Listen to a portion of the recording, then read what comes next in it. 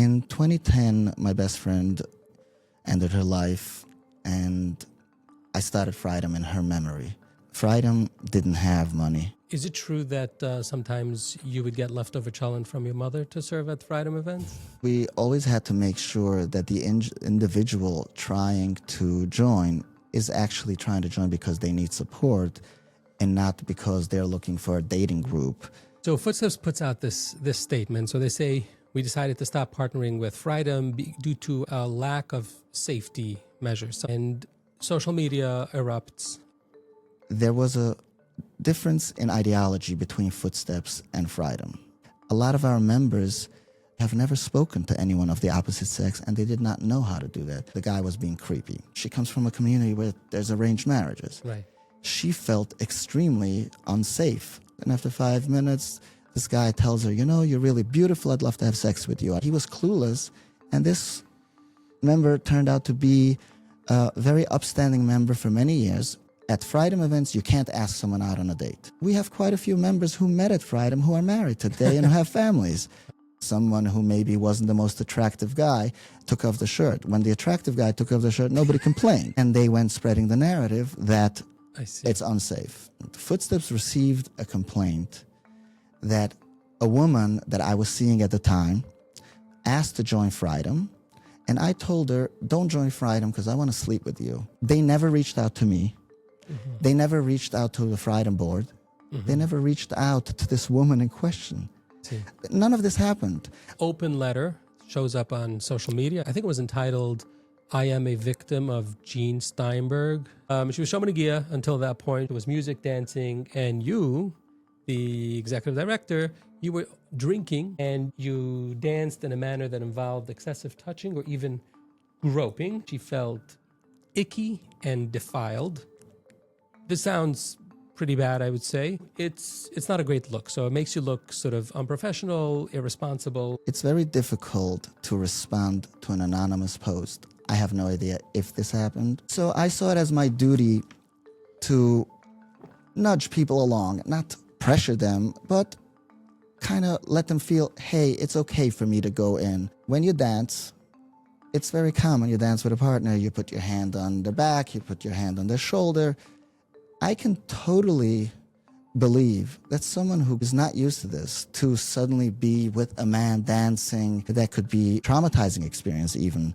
Mm-hmm. What if, in fact, it's someone who is toying with the idea of exploring the secular world, and they still have a path to go back? By you introducing them, pulling them in, and dancing, not appropriate at all in the Haredi world, perhaps you force them to cross a line that they now feel they actually can't go back into the community. They're aware that what we're doing is to help them integrate, to socialize, and to be introduced to different experiences. Obviously, if somebody said, I don't want, then you back off. Has there ever been a complaint about you? Yes and no. The one complaint that she had was that it's difficult for her to work with my working style. When Footsteps puts out a vague message, it allows for anything anyone says for people to assume it's got to be true. I invest 12 years of my life. I gave up a prestigious scholarship that would have gotten me into Columbia. Freidom had 1,500 members plus who knew exactly how to reach me for support, some of them on a daily basis. And this comes out, and most of them didn't bother reaching out. I didn't exist anymore. Hello, and welcome to The Moster Show, where we discuss news, politics, and current events as it relates to the Jewish community and beyond. I'm your host, Naftuli Moster. Today's episode is a difficult one for multiple reasons. It involves people and organizations that I personally know, and the topic, allegations of sexual misconduct, has caused a lot of pain and anguish to individuals, institutions, and communities, both inside and outside the Orthodox Jewish world. Many of you are probably familiar with the organization called Footsteps, which helps people who leave the Haredi community, often referred to as OTD people or off the derech. But for about a decade, another smaller organization called Freidom also served this population, mostly as a supplement to Footsteps. But about 2.5 years ago, Freidom ceased operations after Footsteps put out a cryptic announcement that they will no longer collaborate with Freidom or refer people to Freidom due to, quote, a lack of safety at Freidom events. That set off a mini storm in the OTD world. It prompted others on social media to pile on and make allegations against Freidom and its founder. After initially putting out a statement that it was unaware of the complaints and insisting that it investigates any complaints that are brought to their attention, Freidom essentially stopped functioning and its founder vanished from the public eye. Until now. In this episode, I sit down with Gene Steinberg to hear what went down from his perspective, of course.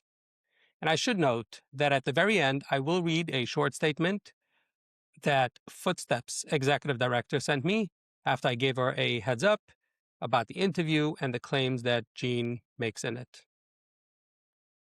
I want to note something else, especially to the many Haredi listeners and viewers. Although our discussion portrays leaving the Haredi community as a neutral or positive thing, and both organizations help or have helped people do so, that doesn't reflect my own opinion. I've come to the conclusion that in most cases, leaving the community is unnecessary and unwarranted, and frankly, results in worse outcomes, not better. In fact, I plan to do an entire separate episode on that topic alone. Anyway, I hope you find this conversation interesting and informative, and please share it with your friends, colleagues, and family members, and don't forget to subscribe to the channel. Welcome, Gene. Thank you for agreeing to sit down with me. Before we begin, actually, I wanted to ask you, why did you decide to finally sit down and speak about this topic? First, thank you for inviting me and for the opportunity to be here. This is going to be the first time that I talk publicly about it. So recently, a few friends of mine told me that I owe it to Freidom members that they get to hear from me because it's their pain too. So when you asked me to come on your podcast, I agreed to sit with you. Thank you. So let's start from the beginning, your beginning. Where did you grow up? What kind of schools did you attend? Tell me a little bit about your upbringing. So I was born and raised in Kiryas Joel, which is in Monroe, New York, a Satmar Hasidic village. And I went to school. My entire schooling was from kindergarten to young 20s was in Satmar Hasidic Yeshiva. And what was your education like growing up? Your typical religious Judaic studies. That's pretty much it. And I'm going to assume you had pretty limited exposure to the outside world. That's correct. The idea of the village of Kiryas Joel being created by the Satmar Rebbe was that we should be insulated and not be exposed to the outside world. So would you say you had any kind of exposure to girls or basically people from the opposite sex? Well, growing up in the Satmar and general in the Hasidic community, the sexes are segregated. So the interaction that I would have had with girls would be my sisters and my cousins. And at what point did you leave the community? In my mid-20s. Did you go to Footsteps when you first left? Actually, I did not. I did not find out about Footsteps until after I left, maybe a year or two afterwards. But eventually I did join, and it was mostly to be supportive to others who were at Footsteps, who were going through the journey of leaving the community. So at some point you started Freidom, and I wanted to know, why did you start Freidom? Was it meant to sort of be a competition to Footsteps? Was it meant to supplement Footsteps? Was it that Footsteps was located in New York City and you wanted something more sort of beyond that, like Rockland County, Kiryas Joel area? What was the sort of impetus of starting Freidom? So I started Freidom in 2012 as a social group for people who grew up in the Orthodox Jewish community and have since left, for them to be able to socialize and meet other people. In 2010, my best friend, Rachel Novi, ended her life, and I started Freidom in her memory. When I was at Footsteps and I was supporting other members, I realized that social was one of the big supports needed for people who leave. Footsteps did not have social events. Footsteps was not open on the weekends and holidays, and I found that to be a crucial time when people needed social, so I started Freidom to fill that gap. Actually, you mentioned Rockland County. While I was at Footsteps, I was also advocating on behalf of other members, and I was the one who pushed Footsteps to expand to Rockland County. And for the first year in Rockland, the Rockland support group was held in my apartment. So sort of Footsteps of Rockland was being held in your apartment, or did they just help facilitate a support group that happened to meet in your apartment? No. Footsteps officially, the pushback from Footsteps was, we don't think that there's a need in Rockland. Why don't we do a beta version for a year? Let's see. And I told them there's absolutely a need. So they said, you know what, fine. Footsteps will come up for a year.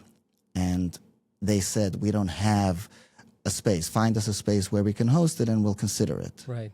And I found a space, my apartment. And for a year, it was held in my apartment. Got it. I just want to expand a little bit. You said that Footsteps didn't do a lot of social. If you could just elaborate just a drop. So are you saying that Footsteps focused more on what versus what you were specifically looking for? So Footsteps had a lot of different services, including in-person support groups, but that's not a social. What I'm talking about is people hanging out in a backyard in a barbecue, going to a restaurant, going to the movies, meeting up in someone's apartment. Actually social, it was a form of support through socializing, but it wasn't a social worker or therapy. Now, individual members could talk to each other about what's on their mind, but it wasn't the focus of professional therapy support. Okay, so you started Freidom. Was Freidom a nonprofit? Did you ever intend for it to be a nonprofit? What was it? So eventually Freidom did become a nonprofit, but when I started out Freidom, my idea was just people getting together as friends, becoming friends, socializing. I didn't think of it. I had no intention of it becoming a nonprofit. So in the beginning, it was just, as I mentioned, people hanging out, people getting together. In 2014, I brought on my then partner, Mary, who came to help. She met some members of the community and she was inspired. She believed in the mission, so she got on board. And she also helped support for a while. She kept it with her personal money to keep it afloat. In 2015, when the organization grew way bigger than we imagined, and at that point, we have also implemented additional support because in addition to the social, we saw a need to introduce members to different experiences than they grew up, and also specifically or especially hands-on education on societal norms, because people growing up in the community, in the Frum community, they know the norms from the Frum community, but that's very different than the norms in secular society. So once we added that on, there was a lot more we were doing, and we Can you give an example what that meant? You said you tried to introduce people to sort of basically the secular world. Give me some examples of how you did that, besides events. So going to a restaurant, we had a lot of members who have never been in a sit-down restaurant and didn't know how to order.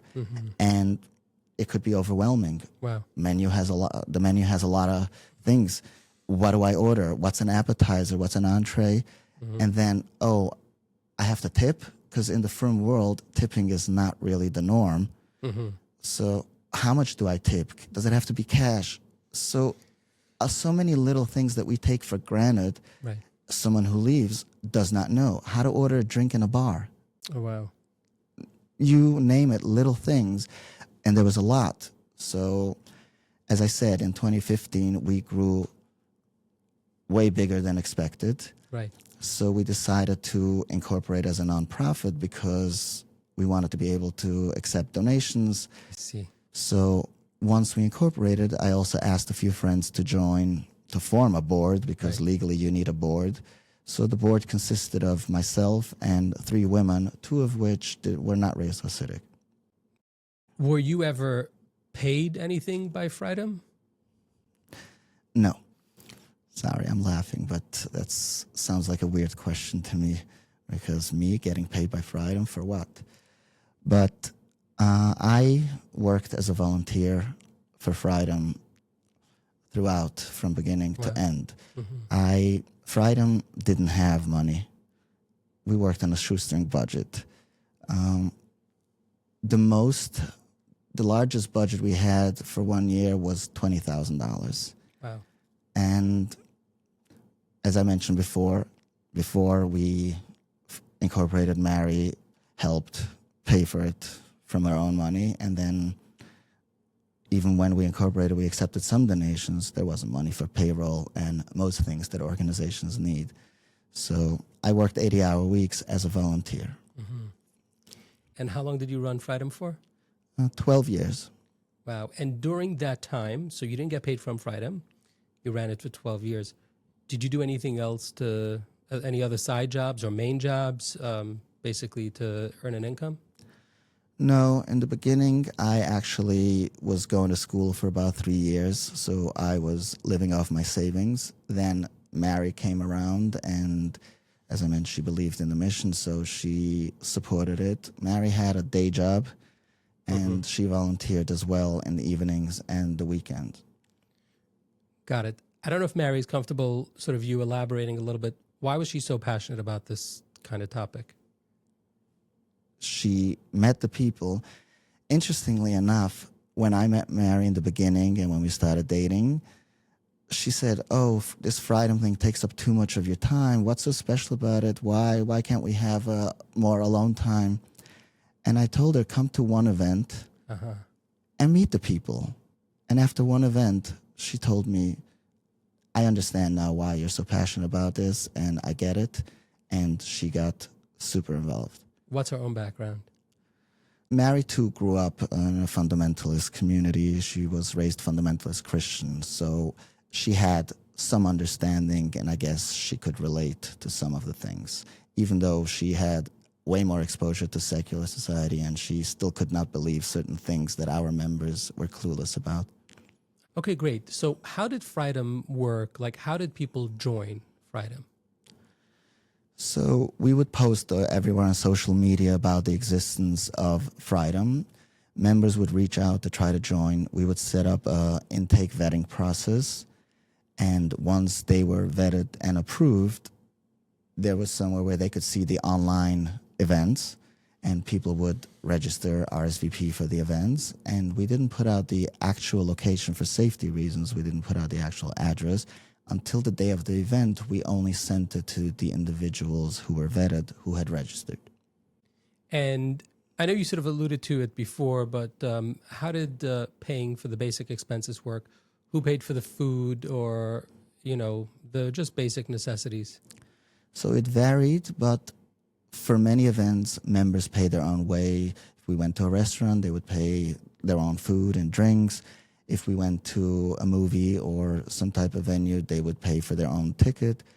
But we also had events that were sponsored by donors and occasionally by members, and specifically some of our larger events.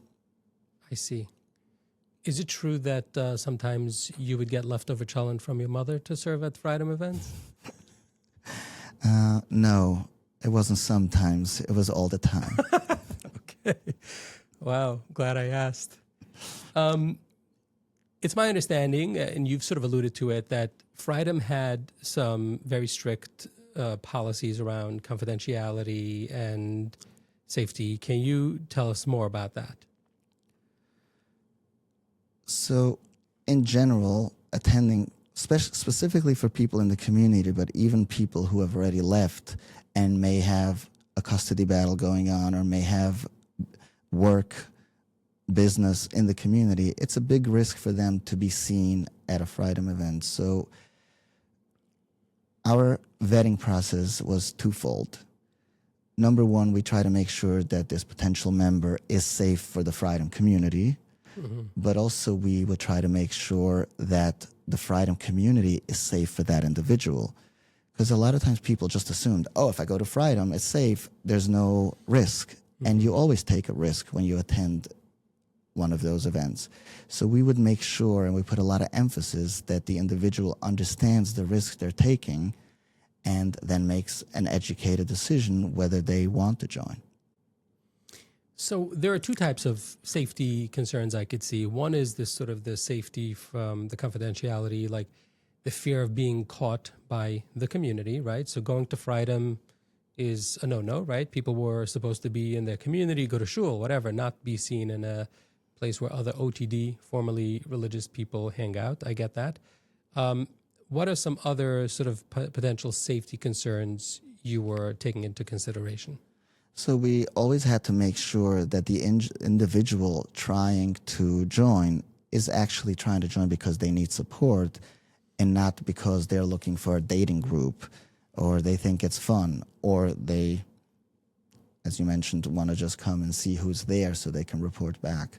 So those were all things that we had to take into consideration. And not everyone who reached out to Freidom was accepted because we had our vetting process, and if we didn't feel comfortable, the community safety comes first.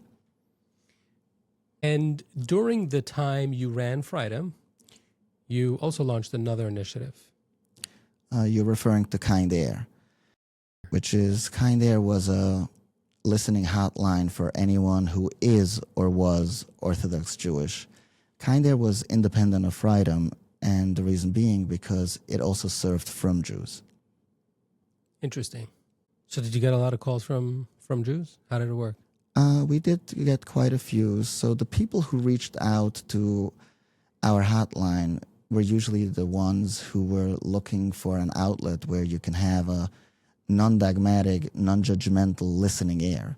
So yes, we had quite a few from callers as well. Now, their call wouldn't necessarily relate to struggling with religion per se, although some of them that was too. But we also provided resources if we knew of any, if the call would require that, and if need be, we also did crisis support.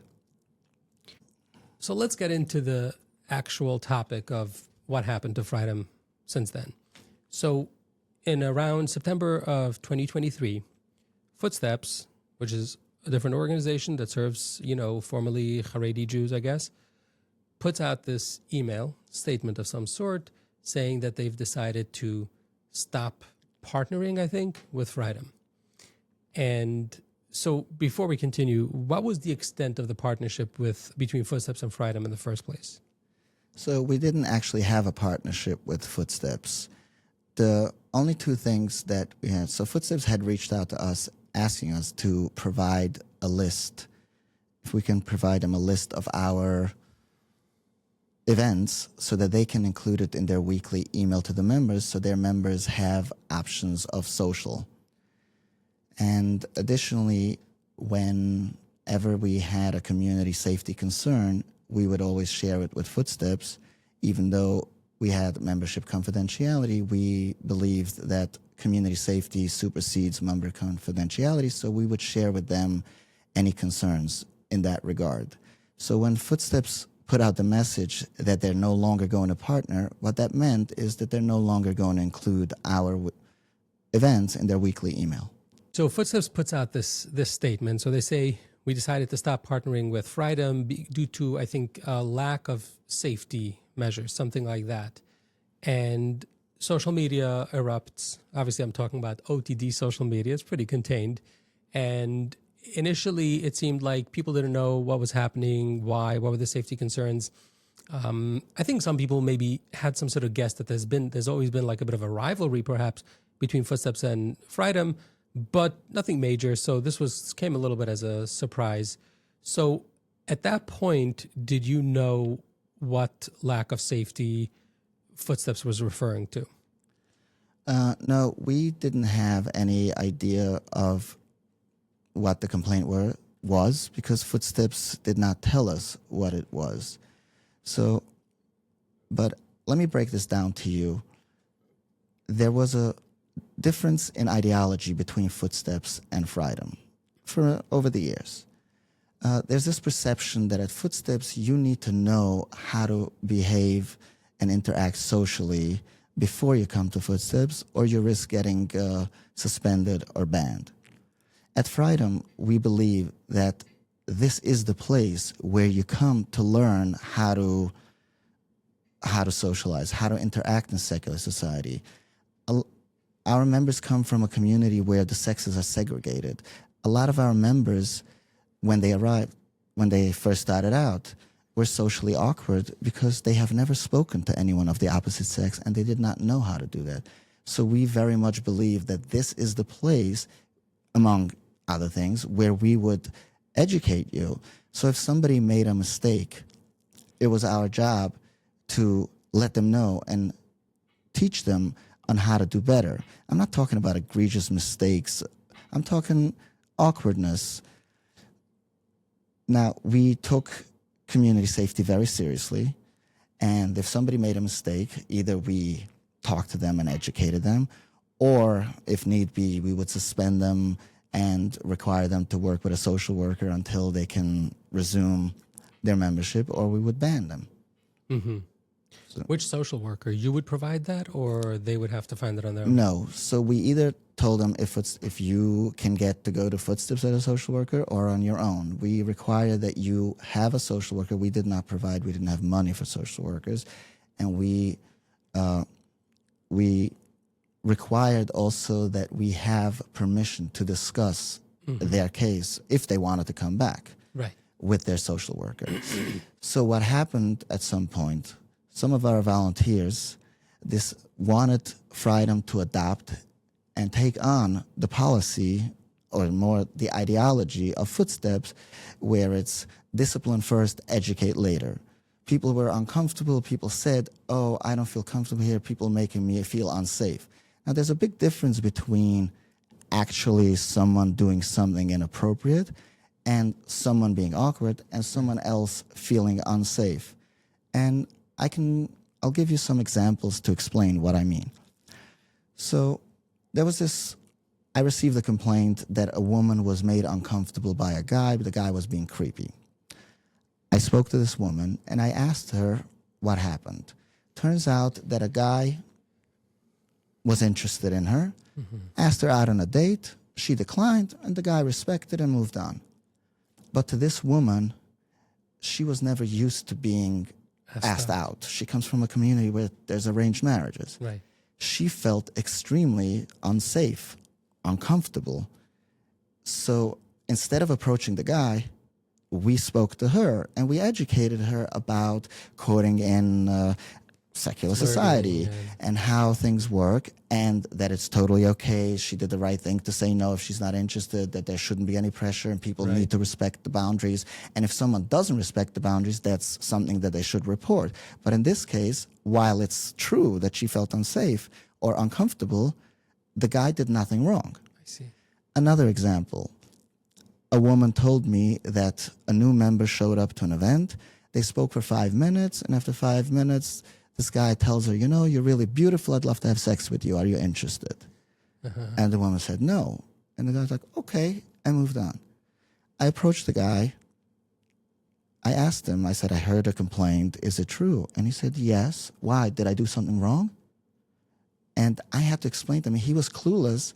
He didn't understand that, of course, he was respectful by backing off, but he didn't understand that even asking in the first place. He said, I left the community. I don't know. I thought this, how else would I know? So we spoke about it, and I suggested that he watches some YouTube videos and read some articles on courting and dating and how that works. And this member turned out to be a very upstanding member for many years, but still there were quite a few who insisted that we ban this member. We never had another complaint since, but they insisted because he's a creep, because he made one mistake on his first event and didn't know. Another example is there were members who wanted that anyone who voted for Trump or is fond of the Orthodox community because they still have good memories or dresses Hasidic, that they should not be allowed at Freidom events because it makes them feel uncomfortable or unsafe. Well, Freidom was not in the business of telling people who to vote for, how to dress. and how to feel about the community they left. So, of course, we didn't do anything about it. And some people didn't like. So, what I'm getting at is we didn't have any complaints about about Freidom events feeling unsafe, but we were aware that some people said that. And when the board pushed back against the volunteers, like some of the things that these volunteers demanded was that no one can, at Freidom events, you can't ask someone out on a date. This is a social venue. It's not a singles event. And you don't. We have quite a few members who met at Freidom who are married today and who have families. I see. I mean, are these kids that you can't, the whole idea is that we teach them how to interact in secular society, not that you come to us and we have rules similar to the community that you left. Right. Well, I guess in playing devil's advocate or just in their defense, you've said yourself that you wanted to make it clear from the beginning when people joined that Freidom is not a place where you go to find girls, to date. But I guess you're trying to sort of be nuanced about it, that you don't come here with that objective, but you socialize, you meet someone, you strike up a conversation, things go well, you're allowed to ask someone out. Is that what you're saying? It was a social group. Right. And the social groups, Grown-ups, it's going to happen. Yes, we didn't allow someone that we didn't believe fits the criteria of needing support from Freidom. The only reason they're trying to come here is because they want to find a dating group. Right. But if somebody really struggled with belief or had left the community and they just wanted a social circle, why would that be an issue? These volunteers had demands that we put in some modesty rules in place, because we went to a camping trip once and someone who maybe wasn't the most attractive guy took off the shirt. When the attractive guy took off the shirt, nobody complained. So, I mean, it was pretty ridiculous of the demands, and the board pushed back. And when they weren't happy that the board didn't accept their ideology of how they believed Freidom should be run, then they went spreading the narrative that it's unsafe. Okay, so we're going to get to that part, but did you ever find out what the complaint was about? Because it sounded like Footsteps puts out the statement that seemed to suggest a very specific, concrete complaint that caused them to decide that Freidom is not safe, and therefore they don't want to be partners with you. So have you figured out what that specific complaint was about?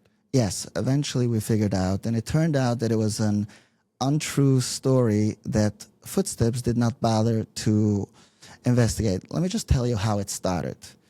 I got an email from Lonnie from Footsteps saying that we have received a complaint that Freidom events are not safe, therefore we are no longer going to promote Freidom events. Okay. Additionally, we have received a complaint against you, as in me, alleging sexual misconduct. Didn't specify what that meant. And said we are going to conduct an investigation and we will get back to you within a month. A month later, without any further contact, they put out this public message. At that point, I still don't know what happened. I just assumed it's maybe these volunteers basically said that it's unsafe. I didn't know what to think of it. And a month later, after they put out the message, Lonnie contacted the Freidom board and wanted to tell them what went down and what led to them putting out the statement. So here's what supposedly happened. Footsteps received a complaint that a woman that I was seeing at the time asked to join Freidom, and I told her, don't join Freidom because I want to sleep with you. But once you become a member, I can't sleep with you, which would be an abuse of power if true. Right. Except that never happened. I met this woman at a different event, non-Freidom event, a mutual friends event, and that woman never asked to join Freidom. The board was aware of my relationship at the time. They were aware of how we met. Now, it gets better. Footsteps received this complaint from a third party. And their investigation consisted of corroborating it with another third party. They never reached out to me. They never reached out to the Freidom board. They never reached out to this woman in question. Had they done either of these three, they would have known that it's not true. So you just met this woman, you were dating, and it has this whole story is just a misunderstanding or fabrication. That this woman never asked to join Freidom. I never told her not to join because I want to sleep with her. None of this happened. But apparently 2 third parties. Mm-hmm. Now, I don't know if this came from the volunteers who had already an issue with Freidom based on what I mentioned before with the ideology. I don't know. But had Footsteps done a simple phone call and asked the board, or a simple phone call and asked this woman in question, or asked me, they would have known that this isn't true. Wow. Okay, so this statement goes out, the social media erupts, and then sort of a little bit later, there's this anonymous open letter shows up on social media. I think it was on Reddit. And the person, I think it was entitled, "I am a victim of Gene Steinberg," something like that. I'll try to read a little bit of it. And I can't read the whole thing, but she basically goes on to say that she was fresh out of the community and she had been Shomanagia I think it's a she, by the way. I hope, maybe I'm making a mistake here. But she was Shomanagia until that point. Shomanagia means that they wouldn't touch a person from the opposite sex, and until marriage, of course, at which point you can only touch your spouse. And she came to this Freidom event. There was music, dancing, and you, the executive director, you were drinking alcohol, I'm assuming, and dancing. And you pulled her into the dance floor, and you danced in a manner that involved excessive touching or even groping. She goes on to say that she notified a woman who, quote, was in charge, okay? And that woman pulled you away from the dance floor. And she then writes that she felt icky and defiled. So what I'm reading here are essentially 2 or 3 allegations that this person's suggesting. One is that you would drink at the social events that you would organize, which I guess if this was just a barbecue you throw in your backyard, or if I throw a barbecue in my backyard and I invite some neighbors, I hope I'm still allowed to drink, right? But in this case, it sounds like there's a different expectation. It's more of it's a communal event for other people. It's part of a nonprofit organization, I guess. So there's an expectation that perhaps, I think, that, you should be sober, you're running the event because some vulnerable people are attending the event, that kind of thing. So that's number one. Second complaint is that you danced and inappropriately sort of groped her. And 3, that she filed a complaint with someone who she says was in charge, so essentially someone part of the organization, and that nothing was done. You continue drinking and dancing at other events and so forth. So this sounds pretty bad, I would say. I don't think, based on what I'm reading, that it crosses into sexual assault, I think. But, it's not a great look. So it makes you look sort of unprofessional, irresponsible. So what do you say about that? All great questions. So first, I want to say before I address this that it's very difficult to respond to an anonymous post. I have no idea if this happened, what happened, because I don't know the details. It's an anonymous, but I'll try. So, as I mentioned before, part of the Freidom mission was to introduce members to experiences that they were not introduced growing up. Mm-hmm. Part of that is dancing in a secular environment. Mm-hmm. So I saw it as my job usually when, I'm assuming this took place at our holiday party because that's when we had dancing. And there would be the people dancing who were comfortable, and there would be what we call wallflowers standing around and watching. Mm-hmm. So I saw it as my duty to nudge people on. I'm a wallflower, by the way, in general. Mm-hmm. Weddings. Okay, but go ahead. That's because you haven't attended Freidom events. Okay. There. So I saw it as my duty to nudge people along, not pressure them, but kind of let them feel, hey, it's okay for me to go in. I also didn't know how to dance before. It's fine. And I got a lot of feedback from a lot of members who said, thank you for encouraging me, because I didn't know I can dance. I didn't know that it's okay for me to dance. I never did this before. So I'm going to assume that that's the same thing that happened with this woman, because, again, I don't know. I don't remember the details. I'm saying I don't remember the details of the post. Right. Now, when you dance, it's very common. You dance with a partner, you put your hand on their back, you put your hand on their shoulder. It's like partner dancing.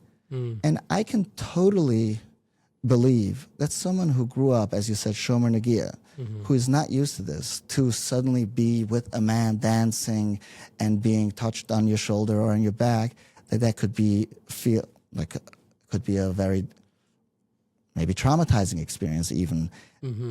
While that's not groping, it could still be difficult for someone to experience that. And I feel terrible that I may have hurt someone or made someone feel that way. And it's definitely a learning moment for me. As far as reporting to the board, when that Reddit post came out, it was the first time that the board heard of it. I never heard of it. No one on the board heard of it. So I'm not sure who this woman spoke to, but as far as we know, what the board told me, they never heard about it.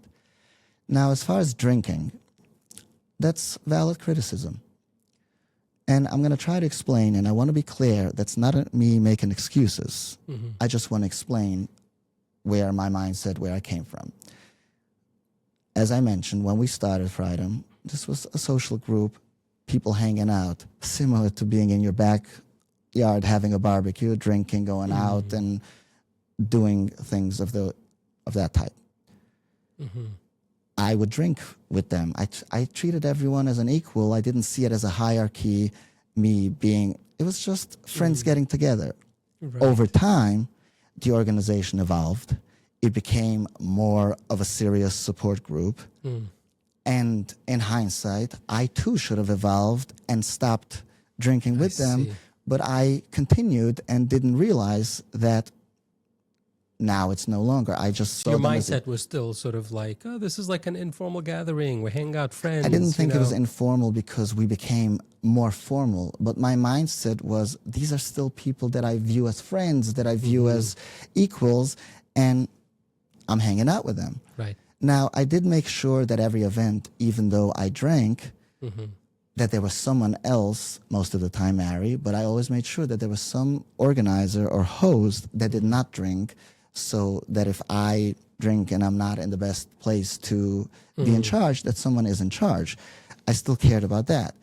But in 21, I believe, I was at an event and I drank, and this woman told me afterwards that she felt extremely unsafe when she saw me drinking because she was unaware of anyone being in charge. And what if something happens and the person in charge, there was someone in charge there, but she was unaware. And that's when it hit me. People see me as the person in charge, and I need to do better.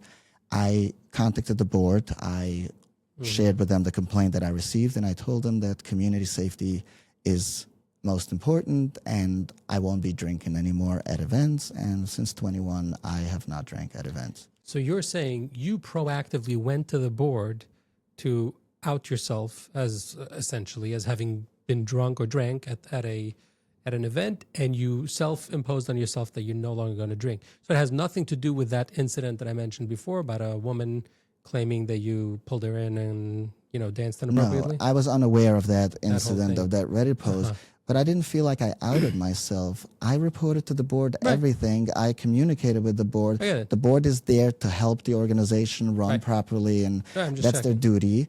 But it was important enough for me that someone felt unsafe and came to me that the board should know about it. Right. I want to touch on something you said earlier about how you saw it your role to help people sort of learn the ropes of the secular world. And, I'm wondering about that. I'm a little bit torn because, what if in fact it's someone who is toying with the idea of exploring the secular world and they still have a path a path to go back, right?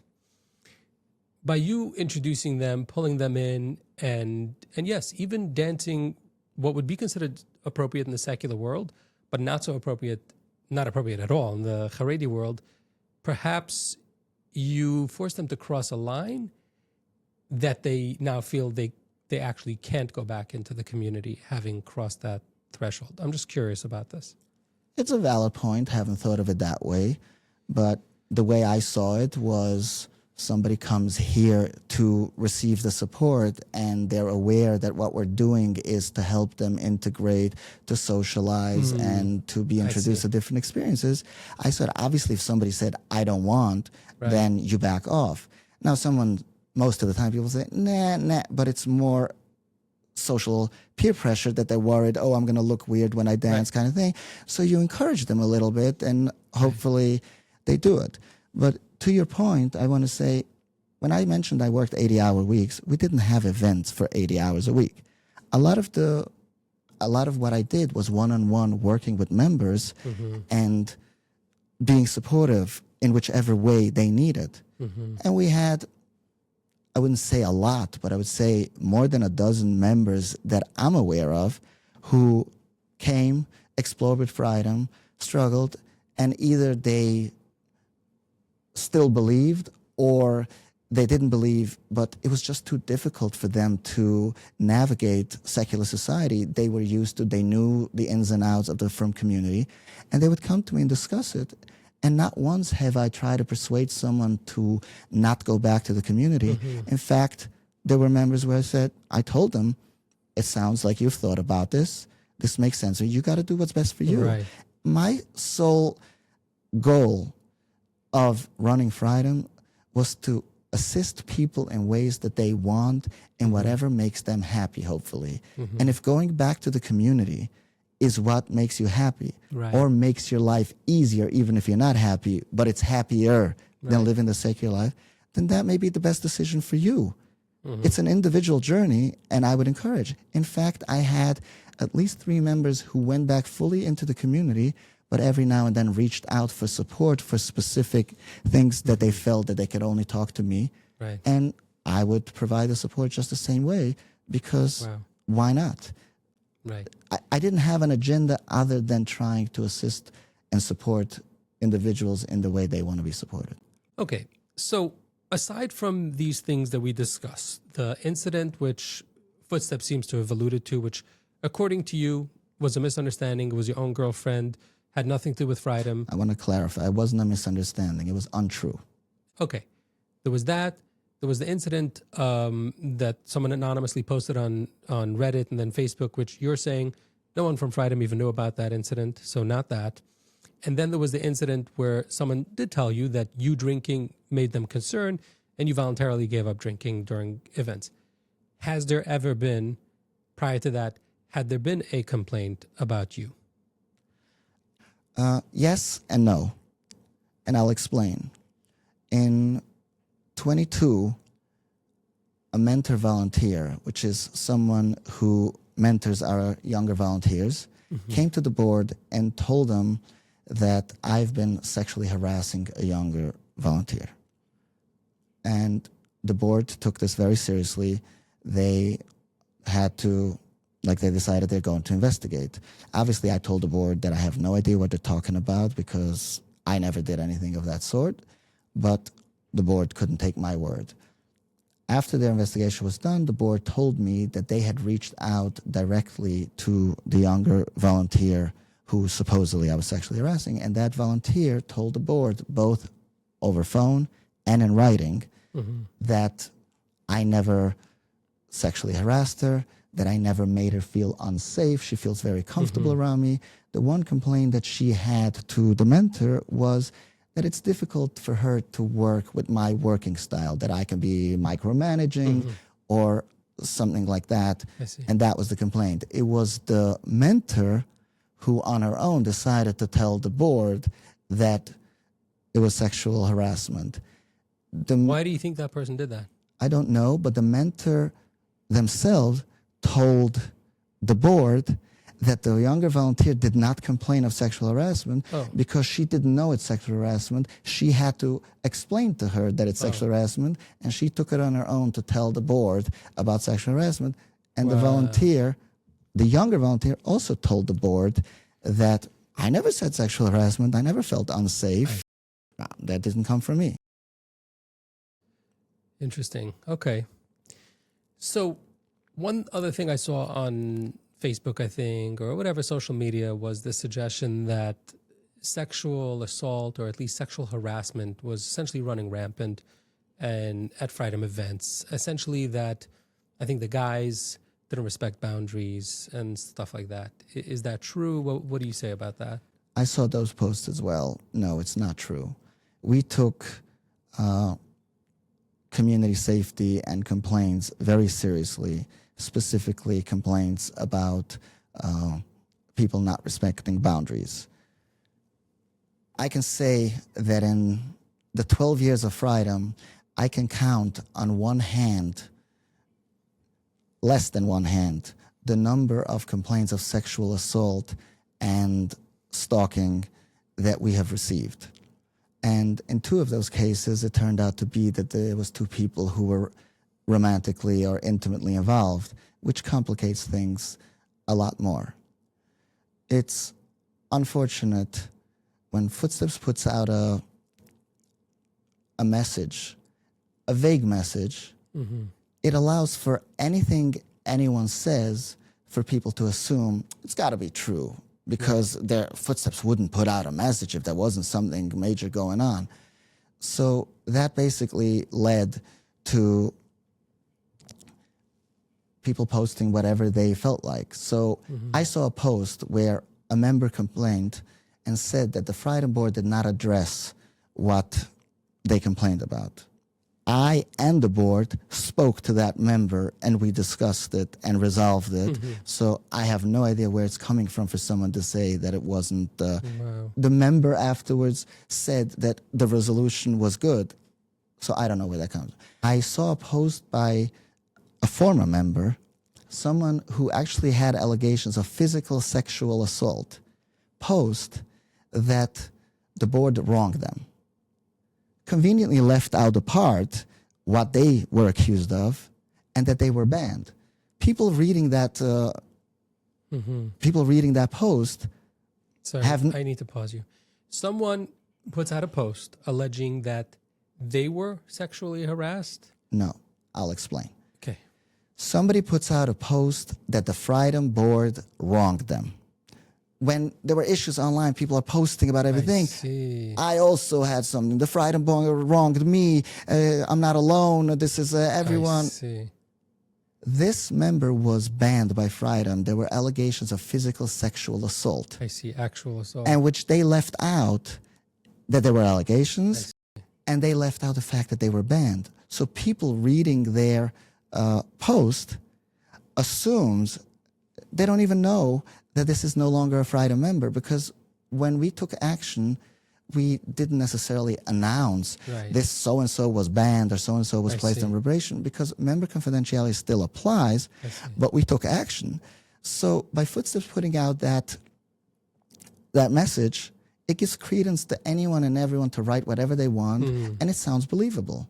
So to answer your question, no, we didn't have any actual complaints.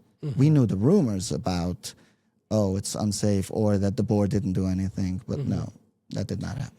Okay, so let's assume if your critics, so to speak, had it their way, and it was, let's say, mandated that before someone joins Freidom, becomes a member, they have to undergo some type of training, social training, sexual interaction kind of training.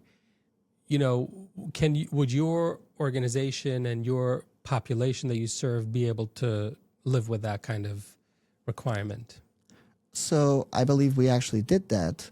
When I mentioned before that our critic volunteers had demands, they had a lot of demands of us, but while the board did not accept everything, we implement the changes regardless, because if people feel, let's say, we wanted to do more. So our intake our vetting process, Right. we added a section specifically about boundaries, respecting boundaries. We focused on both having members understand that they need to respect boundaries, but we also put a lot of focus on members understanding that their boundaries need to be expected, that they have a right to autonomy, that they, if someone does not respect, they should report to us. So I believe we did that. If members had their way, I just thought of something ironic. If we were to do what these critics of ours wanted, one of the main agitators online against Freidom is someone who, when they joined Freidom in the beginning, we had a lot of members, men and women, asking us to ban him from Freidom and not letting him, that he's socially awkward, that he's creepy. In fact, Footsteps actually banned him or suspended him at some point, but we didn't. The reason he's able to now be a member of the Fries community and a member of this society, to be online, to be the arbiter of who is a creep and who is socially awkward, is because Freidom did not do the thing. We gave him an opportunity for him to do better and to learn. I see. So, if I understand it correctly, this is a person who's vocal against you, or was vocal against you or Freidom on social media, but you're saying that people reading their posts don't even know that they themselves had allegations of some sort against them, to the point where they got banned from one organization. Freidom didn't ban them and let them sort of learn from their mistakes to some degree, and then turn out to be a upstanding member of society. Is that what it is?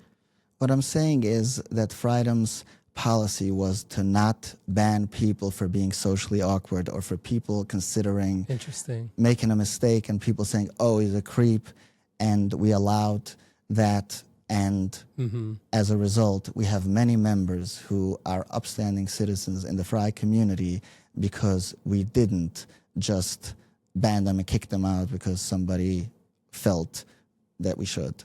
I see. But we did, I want to make it clear, when it was egregious, when it warranted, we did. You banned people? We banned, we suspended, we didn't allow people coming in. There are a lot of active I shouldn't say a lot. There were quite a few active Footsteps members who were not allowed at Freidom events. We notify Footsteps, and what they do with the information is up to them. Right. But we took community safety very seriously. I see. You know, I'm sure you live in this world. You've seen that every so often a certain organization or entity, you know, someone high up in the ranks gets accused of some type of sexual assault or harassment or something worse. I don't know. And what they tend to do is they tend to sort of hire an outside law firm, or, I don't know, a team of social workers or something. And I actually saw that when this whole thing was, you know, exploding on social media, people were suggesting that Freidom should hire a third-party investigator. Did you do that? And if not, why? So before I answer, I have a question. Which complaint should a third-party outside organization or outside law firm investigate? Is it the one where it's an anonymous post online? Is it the one where the volunteer told the board that it never happened? Or is it the one where Footsteps didn't bother to investigate and instead put out If I may answer, the answer could be all of the above, by the way. Because one would argue that the board says that the volunteer rescinded their complaint, or said that it never happened. It was just about personality conflicts or whatever. I think what these people, these activists, are suggesting is that a third party would be able to sort of cut through some of the interpersonal concerns, you know? I don't know. Who were the complainants?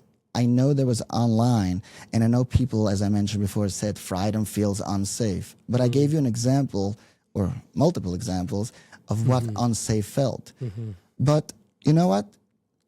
Even if, hypothetically, that would have been a good idea, as I mentioned before, Freidom operated on a shoestring budget. We didn't have more than $20,000 a year. These outside investigators cost thousands of dollars. Who's paying for that? These critics of ours had lots of demands.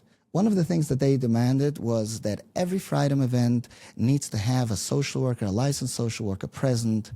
So besides the fact that I disagree with that we don't infantilize our members, they're grown adults, and now we're going to say adults can't socialize without a babysitter or a social worker. Freidom hosted over 300 events a year. On average, 4 hours of an event. Conservatively, that's 1,200 hours, which comes to $78,000 minimum. Our budget was $20,000. Who's paying for that? But in a way, I just want to give people the benefit of the doubt. I understand why people had high expectations of Freidom. While we had a very small budget, our community support output was that of an organization with $4 million. We did a lot with almost nothing. So it makes sense that for people to have expectations that Freidom needs to do more. But in reality, when you understand what the budget was and what we were doing, there just wasn't money for this. Okay. You've mentioned in your statement after this, you mentioned, that you take allegations seriously and you have policies and such. There's an organization called Zaka, which says that they're fighting against sexual abuse in the Orthodox Jewish community. And they put out some statement, I recall, that suggested that it sort of complained about the fact that you mentioned that you have policies, but why aren't those policies on the website? I think the implication there is that perhaps you actually didn't have a policy and you're just sort of retroactively adopting a policy. I don't know. I'm assuming, I'm reading into that it kind of suggests that you only quickly took on some type of policy to provide cover for yourself and the organization. What do you say to that? It's true. We didn't have it on the website. But have you seen our website? No.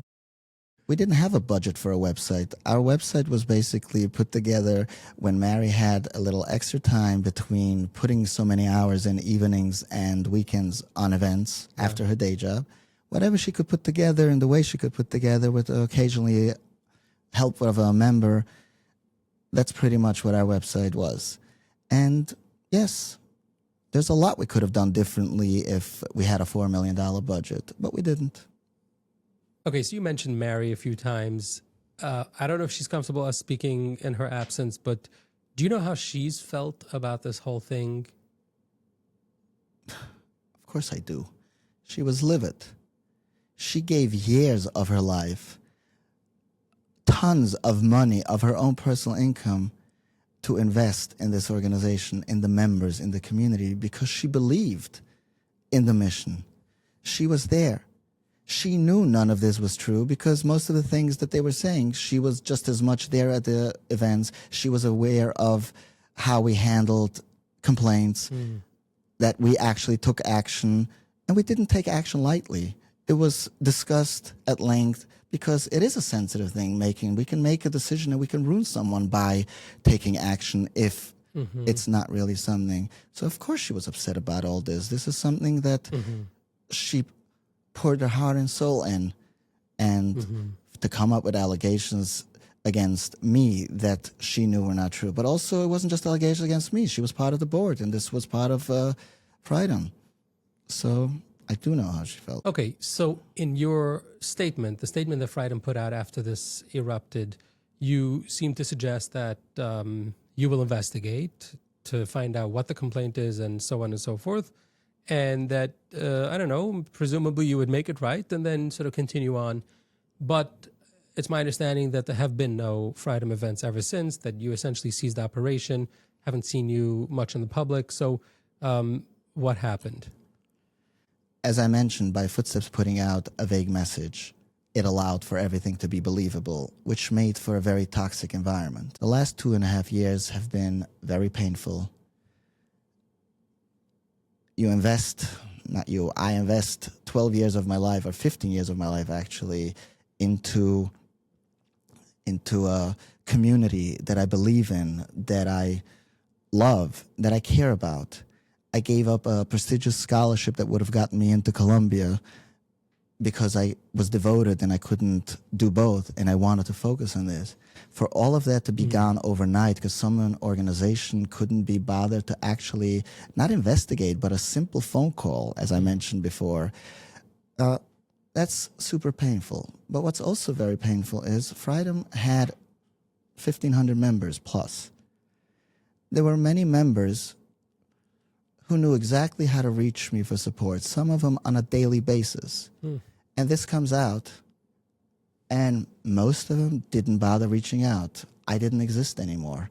They forgot that I even am around. And I'm not asking for people to blindly presume innocence about me, but check in, see what's going on, reach out, tell me I'm a terrible person, but something. And none of that.